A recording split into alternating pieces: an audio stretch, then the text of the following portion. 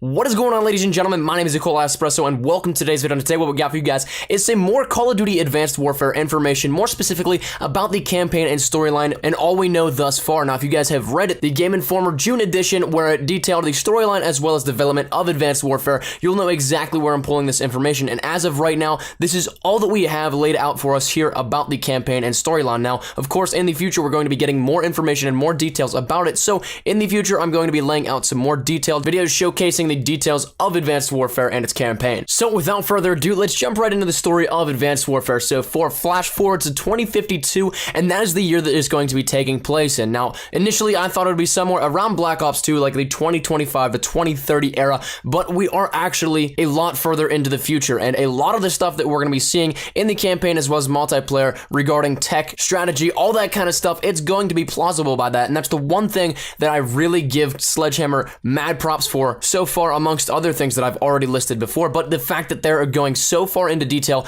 researching all this, they've gone to people in the field of futurism, governmental affairs, as well as military advisors. So all this stuff that we're going to be seeing in the Advanced Warfare campaign, it is all completely plausible to be viable options for warfare in 2052. So let's add some more backstory to our campaign so far. Jonathan Irons, played by Kevin Spacey, is the CEO and founder of Atlas Corporation, the world's largest PMC. Now, what's special about them is they have special sanctions and is the first corporation to be admitted into the United Nations Security Council, so they can go above and beyond the law with whatever they need to do. Usually what they're doing is sweeping in after catastrophes and making sure things are restored to order, all that kind of stuff. And this is where we meet our main character that we are going to be playing as, and his name is Private Mitchell. Now, Mitchell began as a United States Marine, and then he fought alongside his friend Will Irons, who happened to be the son of the Atlas CEO, and after some conflicts, the two fought in with each other. Private Mitchell was approached by the elder Irons with an intriguing offer to leave the US military and join Atlas. If he were to do that, he'd be able to gain some access to the world's greatest technology and greatest weaponry available. So of course, for the sake of time and the sake of the Call of Duty campaign, we all know Private Mitchell's answer. He decided to join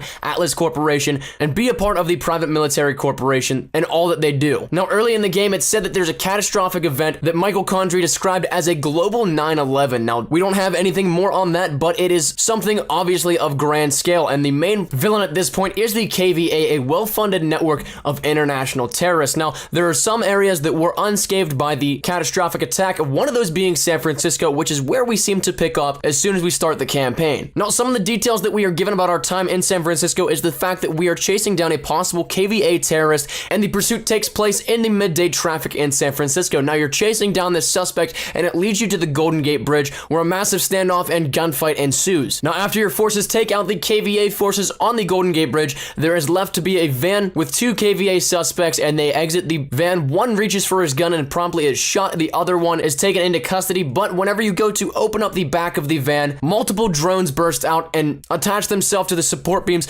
of the Golden Gate Bridge. Now, of course, in the Call of Duty destruction that follows, the Golden Gate Bridge does in fact collapse, the debris falling on a military aircraft carrier down below in the San Francisco Bay. Now, the KVA is attempting to take over the carrier for its own use, so Mitchell has to act quickly, in which he does. Now, he manages to keep the final turret active, which is one of the energy turrets, and it is my guess that that is the turret that we saw in the reveal trailer. Now, the blast that he shoots is aimed at the KVA container ship that is trying to come towards and invade the Bay Area. Now, that is where the destruction ends for that level. Now, the next level that Game Informer details takes place all the way out in Detroit, and that's one of the cities that was destroyed in the leveling terroristic event from the KVA. This level, entitled Aftermath, you do a lot of searching throughout the decimated city, and what Game Informer describes Sledgehammer did a great job of doing is keeping the tension very high, keeping it very quiet, keeping everyone playing the game on their toes. Private Mitchell eventually has to regroup with his partner Gideon. In that time sequence, a ton of firefights as well as chases go on. Eventually, a flashbang knocks out Private Mitchell,